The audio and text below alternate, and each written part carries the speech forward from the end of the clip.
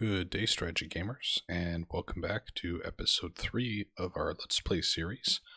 1941 scenario of War in the East 2, playing as the Soviets. In this episode, I'm going to zoom out here, we're going to be focused on turn 1 operations of withdrawing our units to more defensive positions from Oryol down to Sevastopol and Odessa, Kiev, etc. So kind of the south half of the front. In the previous episode, we dealt with withdrawing our forces to defensive positions from Peskov, Smolensk, some of the Leningrad pocket, etc. So just as we did in that episode, our first focus is going to be on withdrawing units to create that defensive line that we've talked about that runs past Smolensk, in front of Oryol, Kursk, Kharkov, and then down here to all of these towns and cities on the Dnieper. Right, that's kind of our line, and this one's pretty just straight down all the way, but it's a little bit more difficult for us because the terrain is so much more inviting for German panzer units to quickly and aggressively push forward. Now this has been a challenge so far figuring out and working through, because unlike other scenarios, I think I might be fair in saying this. This is probably the only scenario in the game right now that I'm aware of where you're dealing with the entire front line, or at least a good portion of the front line, and but you don't have a front line. Maybe that's a better way to say it. You're dealing with the entire theater, but you don't have a front line. It would be very unfair to say that we have a front line anywhere in here. There are the Germans have pushed to Riga, to Minsk, etc., and in between them and the next 10 hexes in any direction are maybe 20,000 men, maybe just scattered, all depleted and routed and retreated. It's ugly. This is not a pretty picture. So our objective is to survive 1941 this summer, quite specifically, because if we can make it into 1942, we then have a really good chance of winning the entire scenario. If we make it through 1942 in a better position than how we end at 1941, then it pretty much guarantees that we will win. We will continue playing, though, because there's different degrees of victory. There are different challenges to achieve victory, right? Even though the Soviets have great advantages in 43 and 44, that doesn't mean we can't still try to be as effective as we can with our strategies and tactics to win more quickly, or to win better or more efficiently, etc. But the focus today and for the next number of episodes is simply building this first defensive line from Leningrad down to Sevastopol that will be our front line that we will try to first hold the Germans at. And we will continue to get reinforcements to strengthen that, but right now we have no defensive perimeter, and that's what we have to establish. And it's just all hogwash, mix and match, etc. Where we left off, as I said, is we'd finished kind of the defensive perimeter of Smolensk, and you can see here we've got some semblance of a front line established here, right? Now what we're going to do is focus on, okay, what does it look like between Smolensk and Oryol? Now, Oryol and Kursk are two of the cities that we want to have be part of our defensive perimeter, but that doesn't necessarily mean that we're going to build a front line right in front of these two cities, right? Unlike Smolensk and unlike Peskov, they are about twice as far away from the German forces right now. And they're not going to be, if there's any historical consistency with the German AI's advance, they're not going to be a focus. The AI will likely focus on Leningrad, Moscow, and down here in Rostov, because those are the, well, really key objectives of the scenario. So I don't think we need to pull all the way back to Oryol and Kursk, but we still want to pull back far enough that we have enough time for two things. The first is that the existing units on the map have a chance to regather themselves, refit, reinforce, build up their TOE, build up their combat build fortification levels, all of these things, right? That's objective 1 of wanting to pull back from the front. Again, can't say front line because there is no front line today, but that's kind of the first objective in what we're trying to do. And the second is to have a line that's far enough back that will take the Germans a few turns to reach, allowing us a few turns to bring in our own transferred reinforcements. So, yes, we could form a defensive line here, but I think in 1 or 2 turns, the Germans could then easily get to it and probably break through because it wouldn't have given us enough time to recompose our forces or to get new units to the front. And that's why I want to pull back a little further than might seem obvious. And I really must proclaim this, as I mentioned in the first episode, and I think the second episode, I am not an expert. I would at best classify myself as an average player, and I've never done a full 1941 scenario as the Soviets. So this is just my own take on the tactics and the strategies. It could very well be you can go out to the Matrix forums, read some AARs, etc. I haven't yet done that. Maybe I should have, but I wanted to kind of take a stab at solving this problem with my own fresh eyes and to have my own learning experience from it.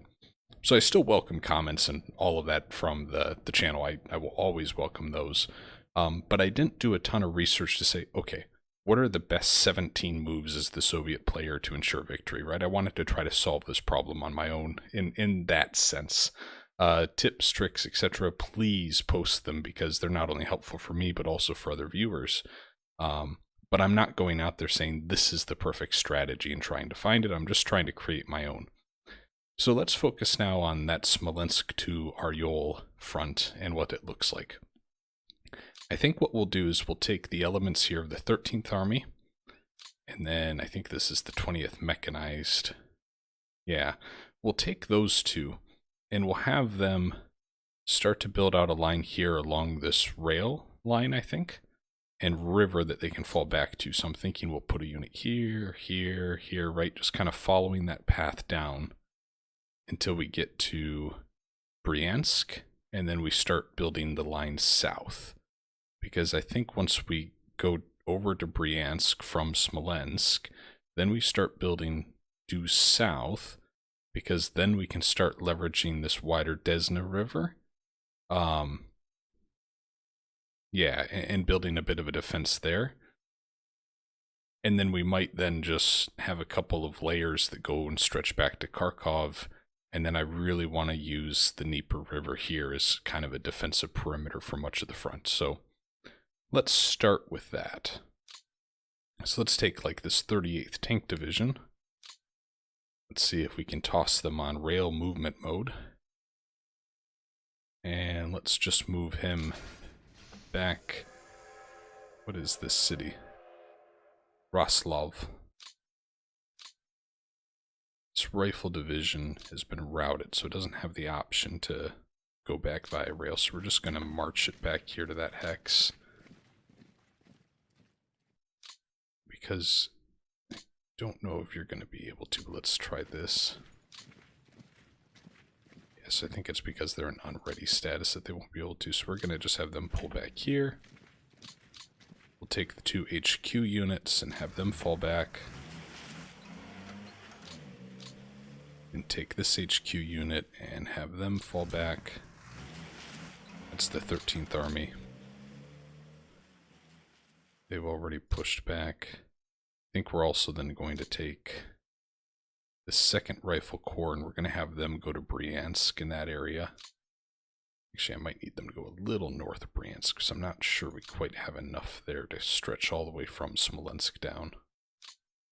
Let's see if we can't get you to a rail line and over. So let's take you here.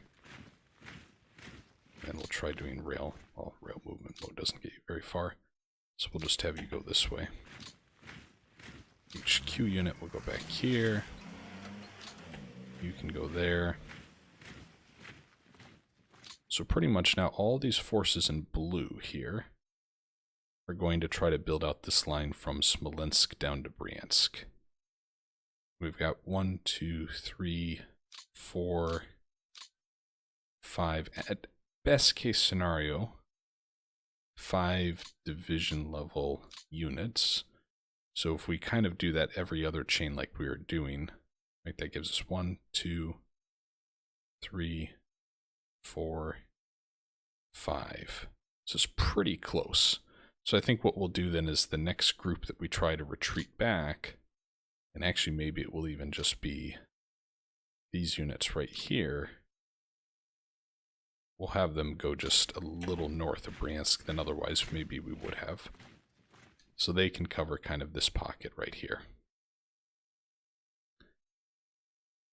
And actually I think what I might do then is have 20th mechanized, yeah, so I can have you come up. Yeah, perfect. So you can go there. So that should help quite a bit. I don't know if there's a rail yard there. There's not. Okay. You have 672 men in you, so you just need to get the heck out of Dodge. And of course, because you're depleted, you're not going to be able to go on the rail, so we're just going to have you go out there. This rifle division will have come here. I don't know if there'll be enough rail movement points to do anything. Doesn't look like there is. I worry about these guys getting cut off, honestly. I think I will have them follow this path north. This airborne unit. Oh, I wasn't on a rail line. So let's have you go there. We're going to move you back that way. Now we'll start having some of these units come back to south of Bryansk, right?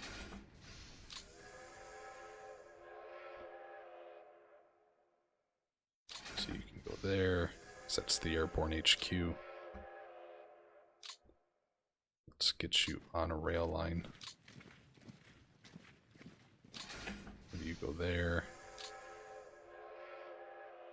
So you're part of the 17th Mechanized, and looks like a couple of your units are back there, and one that is down here. Yeah, and you're pretty much gone. That unit is. So pretty much this is just this 17th Mechanized HQ unit's probably just going to get sent to the rear, and then we'll assign different units to reconstitute it. So now all of these forces here in blue, I think, should be enough to hold from Smolensk down to Bryansk and maybe even a little bit south of Bryansk. So now we have to look at, okay, let's build out the line in this pocket south of Bryansk, down here to maybe the Desna River, some of these areas. And then I think we start just building due south, these reinforcements. So, with that said, let's then have...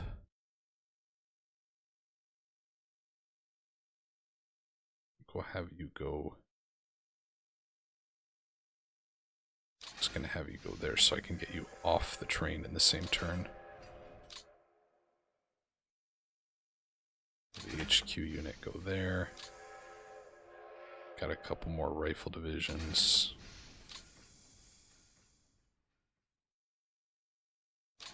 Right, so they kind of make up this line. This is the 63rd Rifle Corps. And they're part of the 21st Army. So I have the 21st Army come back there.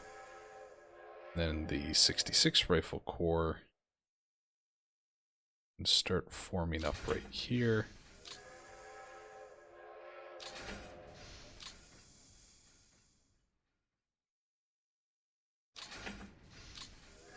So we're going to have them build out this line. Okay. Yep, so we're starting to get a bit of a front line. The moves here in turn 1, by the way, are not final. Really, what's probably going to happen is in turn 2 and maybe turn 3, I'm going to be sitting here looking at it going, okay, so let's tweak you over here. Let's move you back 2 hexes, all of these different things. Because I also have to take into consideration, as we did a quick preview of in the previous episode, so this is turn 1, right? We're there right now. Turn 2, look at how many things go to the map. Right? This is a lot. And I mean, look at all these rifle divisions. They're all over the place. And then in the following turn, there's even more. A lot of them are militias for Moscow, Leningrad, etc. But you have some tank divisions. But throughout, there's also a whole bunch going to Soviet reserves that we will then start saying, okay, 29th Cavalry Division, let's deploy you, right? Let's get you into the front. The 289th Rifle Division, let's get you to the front, and then by turn 4, we can have them deployed. So there's a lot to consider there. Then I think we will take here the 33rd Rifle Corps. Oh, they have no movement points, that's why. So the 33rd Rifle Corps has no movement points. So we're just going to imagine that I'm plugging them right here in the line. Okay. And then let's keep going. We've got this airborne unit. So let's toss them here.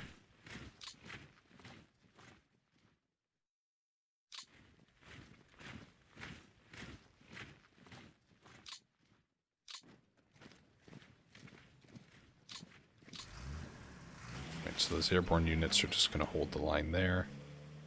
Here's Kiev. Now I'm real tempted to hold along the river this line around Kiev.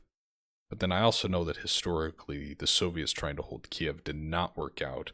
And arguably the second largest encirclement of the entire war happened around Kiev. The only one worse being the 6th German Army and Stalingrad being encircled. So I think what we will do is we are going to build out a line here along this river, north, and then kind of following south at Kiev. We're pretty much just going to follow the river exactly for where we're going to build our defensive line. I think that's my plan right now. And then my hope is going to be that Kharkov, if they do break through here, and I know they're going to break through, they are going to take Kiev. That is pretty much a certainty, right? But my hope is I can hold them here, north and south, and then bring in reinforcements to Kharkov to complete this line. So I think that when we were talking about those reinforcement schedules, a lot of them, I know I'm going to have going kind of south of Lake Ilmen here, between Lake Ilmen and Smolensk. And then I think I'm going to have a lot of them go around Kharkov and south of the Dnieper here. It's just what my gut's telling me right now. I don't know if it'll come to be true. So 33rd Rifles going here. These 3 hexes will be these 3 infantry divisions. Let's then take these guys and have them do a bit of a line here. Okay. Then we go back here to the front. And so kind of one exception for what I'd been talking about there is what I want to do is wherever I have like these tank divisions that still have, like, look at these guys, they still have 107 armored fighting vehicles. Let's look at their TOE, right? So, oh, well, what are the 107 vehicles if they've got 0 medium tanks, 0 heavies? So it looks like they have 77 light tanks, really? And then 26 cavalry tanks. Well, that's disappointing. Is, okay, where I have armored and tank division units of meaningful consequence, what I would really like to do is to get them back even behind this front line that we are establishing.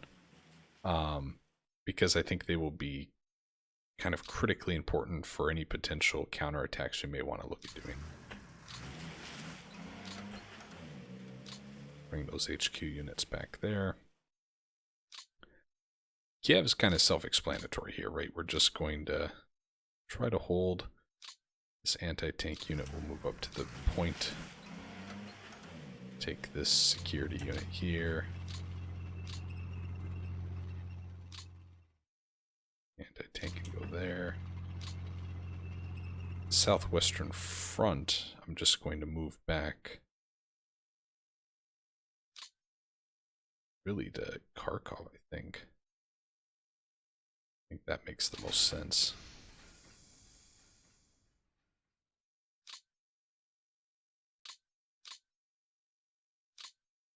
Did I have... Yeah, I did accidentally move up the Southwest Air Command. Didn't mean to do that, so let's move you back here.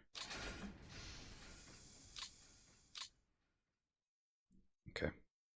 So now we need units here to kind of fill in this line between the 45th Rifle Corps and north of Kiev. So let's take this 31st Rifle Corps to do that job.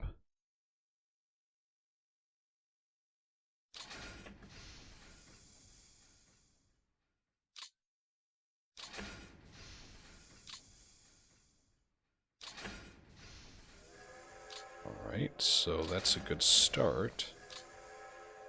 And then I'm going to complement them as well with the 15th Rifle Corps.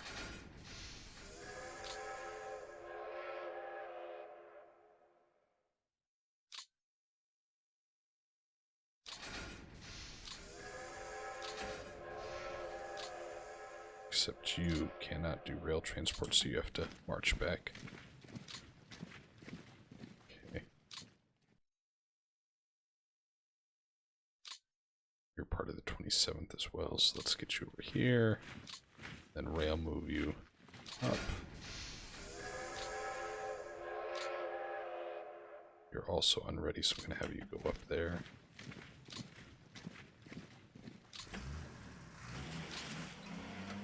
Okay, so 27th Rifle Corps is also going to join in north of Kiev here. Then that means everything else that we're looking at here is going to go south of Kiev along the Dnieper. Right? And again, just to try to have some type of boundary to work against, I'm going to use this as our entire defensive perimeter. Odessa, I'm a little curious about too, because you really can put up a bit of a fight if you try holding Odessa for a while. So I think one of the first things I'll do is like the southern front. It doesn't make sense to keep them there, but I can't move them. Oh, right, I forgot about this. These units are all locked at the beginning. Pretty much everything here in purple, I think, is a good rule of thumb. And it's also why the German units didn't move either. Actually, yeah, a lot of these, like these are Romanian units. They didn't unlock either, which is why they didn't attack. So pretty much these units in pink here are what we have to continue moving back that we can actually action this turn. So let's take this 1st Airborne Corps and we'll have them be south of Kiev. We don't need to use rail movement for that, so we'll just take you there, there.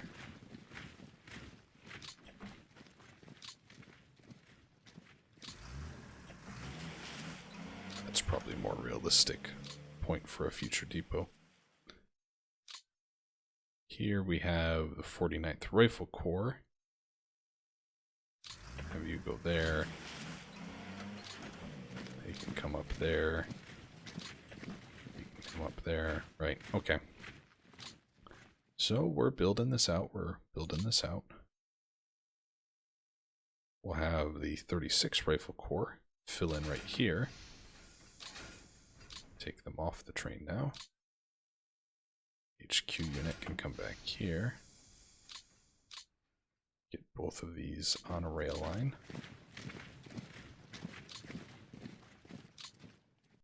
And we will get them back to this pocket.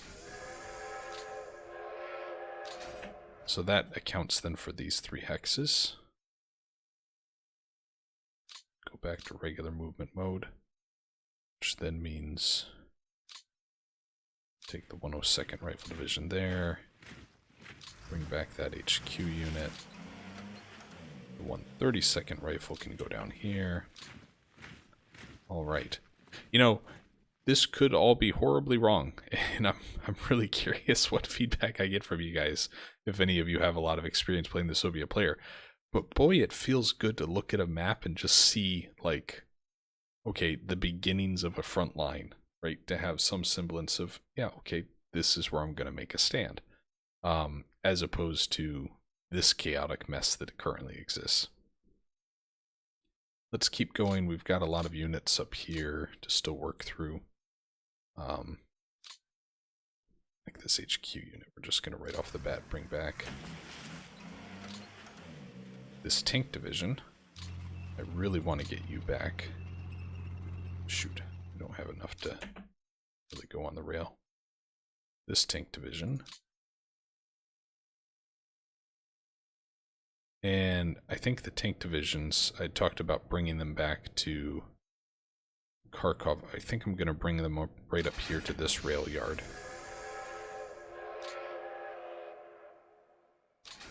Have that be a bit of a formation point for salvaging tank and mechanized units.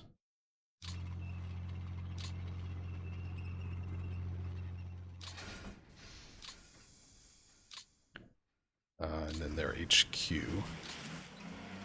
can also come back there. Already moved you. This security unit will just start kind of that full-fledged retreat. Might have you go help with Kiev. You're a mechanized unit, so I want you to also get to the rear as quickly as possible. I really don't want to throw away hundreds of armored fighting vehicles by letting them be overrun on the front line. And as a just point of note, point of order, right? It is generally not the best idea to use tank divisions to hold a static front line, right? That's not their strong suit, right? That's not what you should be focusing them on. Don't mean to imply anyone should play the game a very specific way just because it's right or wrong, but it's just not optimal. How about that? How about we say it's not optimal? Take that tank division back. Sorry, I'm not talking through every action I've got here, but just, again, the theme, if you are trying to follow along, is I'm trying to get all these mechanized and armor units to the rear. Because their great strength force is going to be any potential type of counterattack or to block a breakthrough and all of these different things, not to try to hold up at the front. So that tank division will pull back. Okay. Now that we're getting back to some of the infantry here, let's take you, we'll have you go here, as well as HQ unit. This rifle division.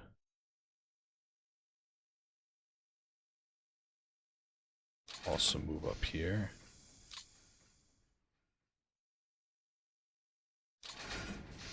Okay, and we don't quite have enough movement points to get all of these back to the actual location on the line, but just know, right, we've got 3 infantry divisions here, which gets us to about this bend in the Dnieper. Another tank division to pull back. This mechanized division, we want to get out of there. You come back here. All 3,000 of you. You were all pushed back, so we have to just manually move you. There you go. This HQ unit, bring back here. Another tank division. Let's see if I can get you on the rails. I can. Let's have you come back up here.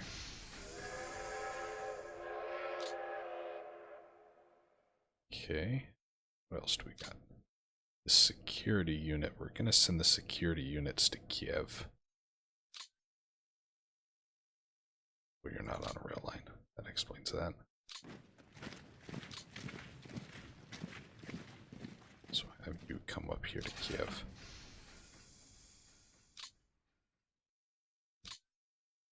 Mechanized division. I'm going to send up here. Corresponding HQ. Oh, more tank divisions. Good. You're not on a rail line. You're not on a rail line. Let's get you on a rail line. Let's just go through and do that with a couple of you now. You're not going to have enough, but let's still give it a shot.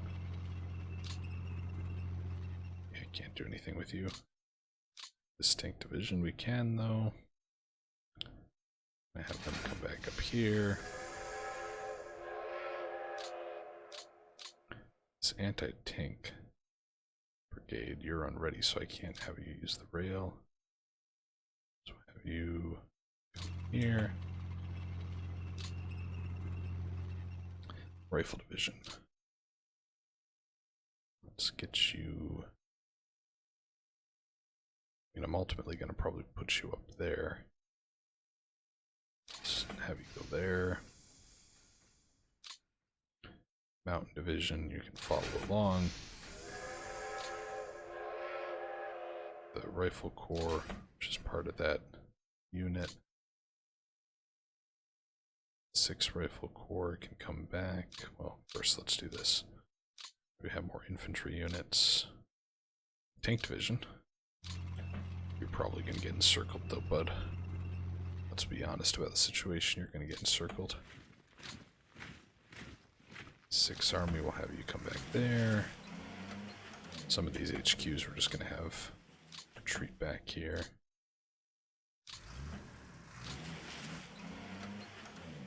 Anti-tank can go here. Rifle division can go there. Tank can go there. Okay, so we're just trying to save as much as we can here. This is a full tank division, so we'll try to get you out on rails. Oh, mountain division. Let's see if I can get you on the... Oh, they've cut off that rail line, so I need to march you out. That's not so great. The security unit will also come back here. HQ. Right, this is just... This is almost like a panic fleeing type situation right now, but we're just trying to save as much as we can.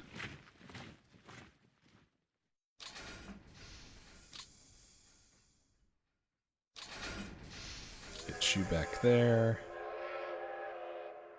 Anti-tank can go there. 12th Army can go there. The security force will send up here. That security force is going to have to march out. Tank division. Hey, let's save you. So we'll bring you there. This is just a full retreat, guys. That's all this is. Full retreat mode.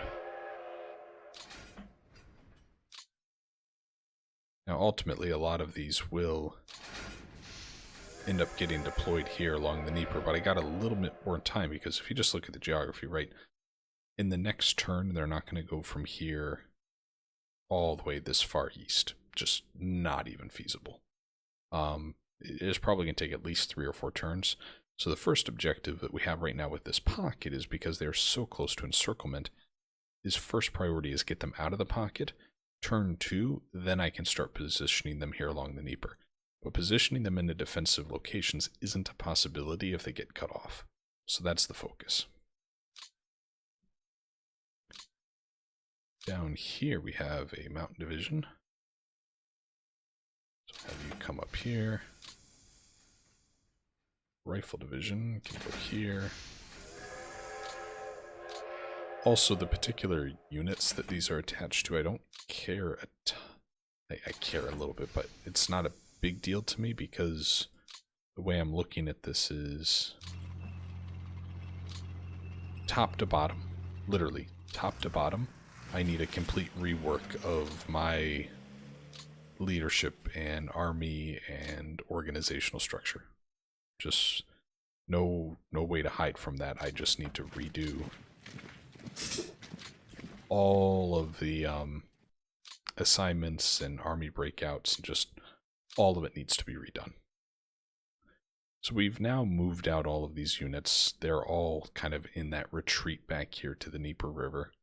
I had a bit of an audible in this episode where I said, okay, we're actually going to follow the Desna River south to Kiev for a defensive line. Whereas originally in my head I was thinking, you know what, let's follow the woods south of Bryansk and then start cutting over here to in front of Kharkov and follow then the Dnieper down here. But instead I think we're going to create kind of this, I had always intended to have some type of pocket in front of Kiev, just something to make it so the Germans need it like 3 turns or 4 turns to conquer Kiev, more than it would if I just left it completely empty.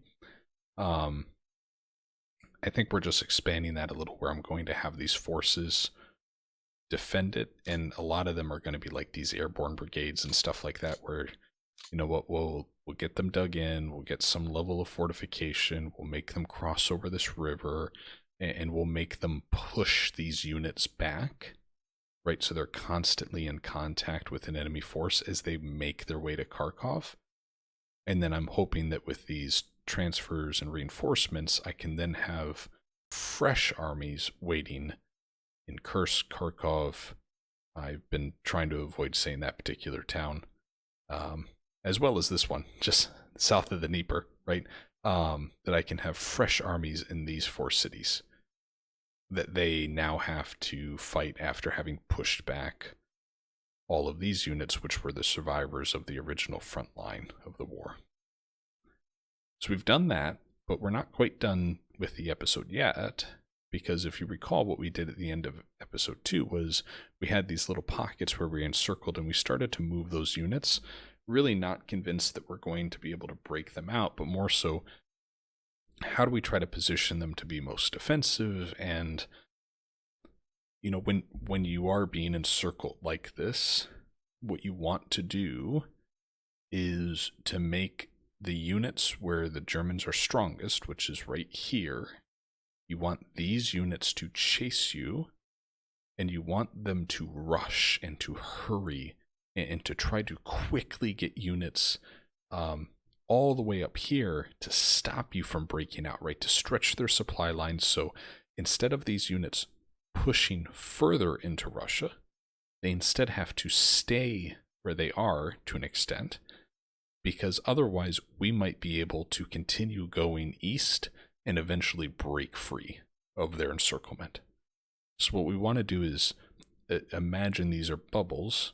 We want to put pressure on this side of the bubble, because over here is where all the enemy has their concentration of, and we want them to have these units focused on containing us, not on marching further into Russia.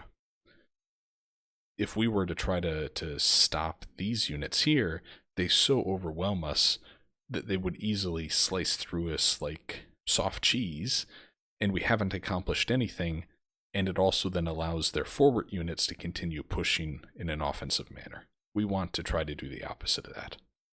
So let's take a look at this pocket, and these very, very small pockets we have down here of where we want these units to go. So we're actually only cut off by these 2 hexes here around Minsk. And although that might look really optimistic, we don't stand a chance, I don't think, of breaking out. Maybe the AI will make a mistake. I mean, I probably shouldn't be too quick to jump the gun on that, but I don't think we'll actually be able to break out. So we're just going to hold those units there. This rifle division only has 700 men in it. My goodness, we're going to bring them there. This tank division, I'm actually going to bring them kind of into the interior of the pocket here, because I want them to have another turn to recover after having been routed. Right, so the really, really bad off units, I want them to not be on the border of where the enemy is collapsing the pocket, because I want to give them just a little bit of time to try to recover. This rifle division, we're going to push this way, and we'll have, this is 68 men. It's kind of a joke. We'll have them go here, yes. This mechanized unit, go here. This rifle division, go here. This tank division, have them go here, I think. This rifle division I want to move up. And you see how we're kind of making it so we're trying to have multiple layers that they would have to collapse through, instead of having a single layer that if they break through, they're there. They're kind of done, right? So let's then also bring up this cavalry unit. Bring up this mechanized division.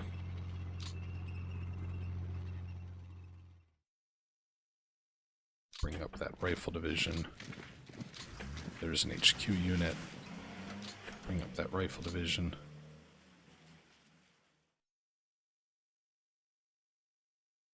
Get that tank division there. These two HQ units will go here. Should probably put like the anti-tank brigade here in that town. I'll also put this rifle division, and they're going to kind of be the rear guard of our units here, right? This rifle division can come up here. That HQ goes there. That tank division goes there. You see how we're just trying to build out this concentration of our forces, right? Getting the HQ units kind of in the middle of the pocket. These lighter things like these anti-tank brigades, I'm just going to have kind of be on the perimeters to try to slow down their advance towards us.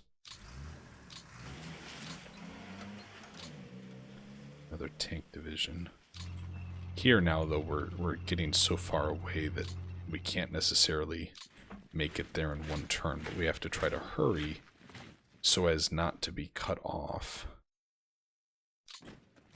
The infantry unit go there. This rifle division will go here.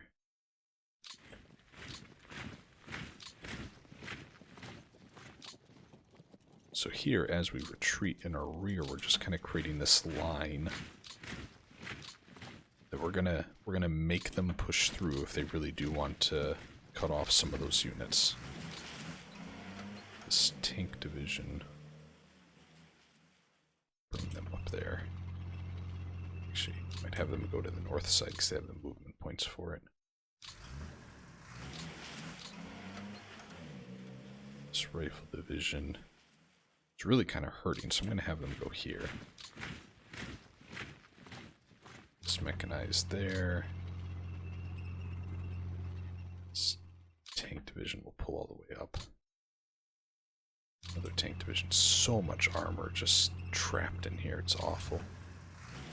Just awful. Rifle division we're going to have bring up here. The border guard security unit, I'm going to have them go here, right, just to try to, again, project a zone of control through both these hexes so they can't just dash in. This rifle division go one up from that security unit. This rifle division will kind of be that rear. Okay. So they're going to have to push through these security, like machine gun placements, and they will. They'll breeze past them, but it will take them movement points. And then they'll have to get past these two units. These units here, right, because we're projecting this zone of control. So they're going to have a lot of work to try to break through these. So I don't think in one turn they would necessarily be able to get further than where I'm kind of hovering my mouse. And I don't know that they have enough forces here to collapse in, right? Because then that means they're not, if they put all their forces here to collapse in, it means they're not pushing outwards in their offensive. So either way, that's a win-win for us. And while we do see a concentration of German forces up here, they also are contending with this pocket. And they are, I do know that they're pushed towards Riga, right? They're probably stretched a little more thin there. So I don't think our chances are great of breaking out. But I think that the efforts of these armies are going to have a material impact in slowing down this push east towards Oryol and Smolensk. And if anything, right, we're going to make them say, okay, you took Minsk. Good job. Really good job by the AI German player to take Minsk on that first turn, right? But now we're going to make you put enough forces there to try to hold it, right? Maybe these are SS Panzergrenadier divisions like the SS Panzergrenadier Deutschland or something like that. But we're going to make you hold them with those strong units instead of them pushing forward. Okay. And then we have this pocket down here, and this is going to be much quicker. Here I think I might do... Yeah. So I'm just going to create... So we have tanks, that swamp, this is clear. I think I'm going to take all these units here.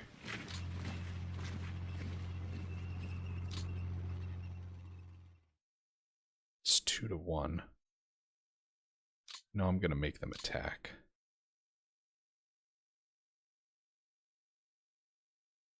And then here, I'm going to move them up. Them there, right, just to kind of combine them. Oh, these are such hopeless situations. Here I'm going to act like I am trying to break through. And I obviously won't be able to.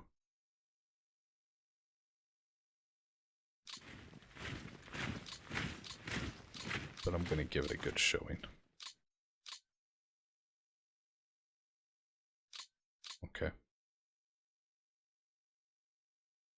So I think that does it for all my forces that I have here. We had looked at our reserve theater box, and I'm pretty sure all these units are... Oh, excuse me. Pretty sure all these units are locked out, other than like these tank battalions, but I don't even want to deploy them. Okay. So I think we're going to call this to the end of the turn then. So let's do as we usually would. We're going to use AI depot management here. And then we're going to end our turn.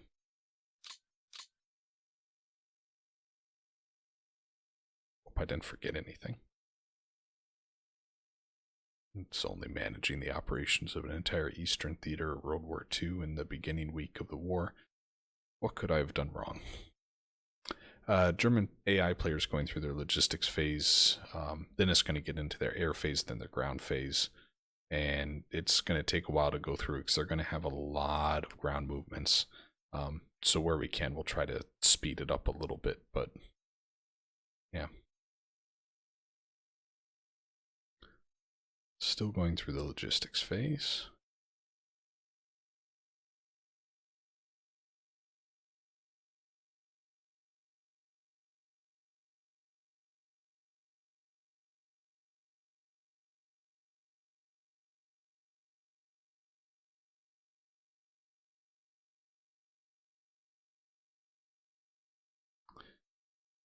I really keep debating in my head if I'm pulling back too far in some areas and not pulling back far enough in others.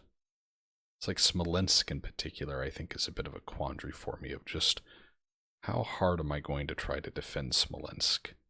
It is so key and it is so close to Moscow, but really they have so much to slug through terrain-wise, even if they do take Smolensk. It is a little tempting to not put up a huge fight, but I think that might be the place to try to hold them a little. So it's going through and it looks like they're doing some recon right now. Only 113 sorties compared to by day 2, day 3 of the first episode, they had over 1,000 sorties run. That little blitzkrieg of the air war that they had is now a little bit over, right? And for a lot of their air units, really one of the reasons is they need to move them forward to be within range of where the action's going to be, because they took so much territory in that first turn.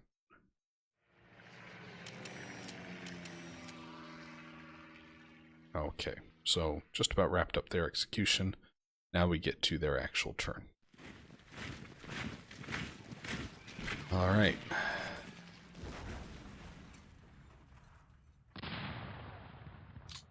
So here's where they're actually going through and doing their offensives. This is up north by Riga.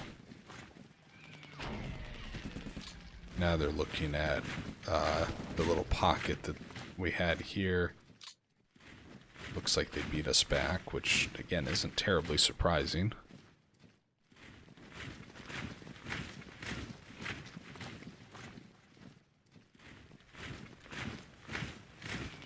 This is again that big pocket that we were just dealing with. That we were just doing in this episode, I should say. So here they are kind of in the rear, right, of that line that I was mentioning. That's where they're attacking right now. And as expected, they are going to probably clear out kind of this rear element of our withdrawal. But the goal was get a biggest concentration as we can up near Minsk to try to force them to put a pause on their advance from Minsk. And I think in that objective we will be successful, I hope.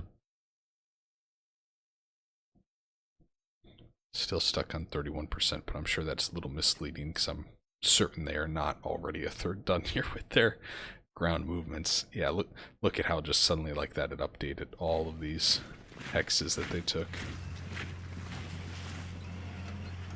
It's now going through their priority attacks.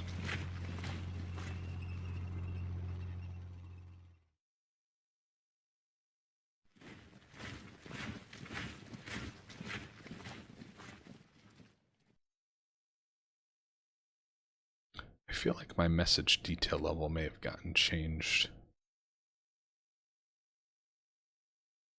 Because I feel like the simulation is taking longer than usual.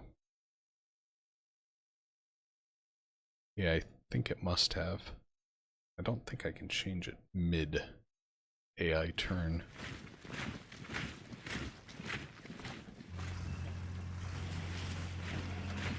Let's see if maybe spacebar helps at all. Quick note, right, spacebar, when you're moving a unit, it will automatically complete the animation of the unit moving. It doesn't seem like it is helping though. Okay, so I think what I might do here is I'll let this continue off camera, and then I'll bring you guys back in for the end of turn summary, and then in the following episode, episode 4, we'll actually take a look at the combat results of a lot of these actions. So, see you guys in just a bit. And welcome back. So, here's the end of turn summary. Total of 158,000 men lost, 3,000 guns, 357 armored fighting vehicles, 1,100 airframes. Was a heck of a turn. Take a look at the new events, continuation of war. So we, yeah, the different combat intensities are adjusting for the various theater boxes, and something we're going to have to look at is, right, getting units to those theater boxes, because right now we're undervalued in all of them. And this is shown here. Looks like the Germans actually didn't have enough in the Balkans. This is talking about the Wolf Slayer for Hitler, and then Executive Order 8802. And this isn't really relevant right now to the historical retreat that we're trying to go through, but real quick, I wanted to touch on they weren't able to collapse this pocket, and unfortunately, here's that kind of win-win for us, I guess. The win for us is that now we can maybe put some pressure on Minsk. The thing that sucks a little is they managed to push pretty far outside of Minsk because they didn't care about collapsing our pocket. Another positive I would say is the number of these units. We'll go into the actual combat results in the following episode, but a number of them actually held for quite a while, which I was very happy about. Because now then maybe we can use them to interfere with, say, a rail line or what have you. The thing that has me really worried after that turn was, oh look, they made it to Peskov. I was not expecting that. So this is a curveball in my plans that now I need to come up with some type of solution for. But I was not expecting them to get to Peskov so quickly. So that's a bit of a concern as I go into the next episode. For the rest of the front, like I said, around Minsk, they pushed pretty far. But again, we have a lot of open territory between Minsk and where we're building out our defensive line here, south of Bryansk. In the south, the Romanian forces also unlocked, so you saw them push through quite a bit here. And then they started to collapse this pocket a little bit, so we're probably going to lose some units there. And yeah, what an episode, what a turn. I cannot wait to come back for episode 4, and I will be putting a lot of thought into what I do about Peskov. Because this, like I said, that's a curveball for me. I didn't think they'd get there that quickly. So I got to come up with something there. Guys, as always, thank you so much for giving the video a watch, for following along the series, liking the channel, etc. Should you have any questions, comments, or feedback, please drop them into the comments section of the videos. I also want to add, I put a post on the Matrix forums the other day that is a bit of a compilation of content creators that have put out content on YouTube related to War in the East 2. There are some fantastic members of the community that have put in a ton of content for all of you to enjoy. I'd encourage you to go give them all a watch and a review. You can find that again on the Matrix forums under the War in the East 2 subforum.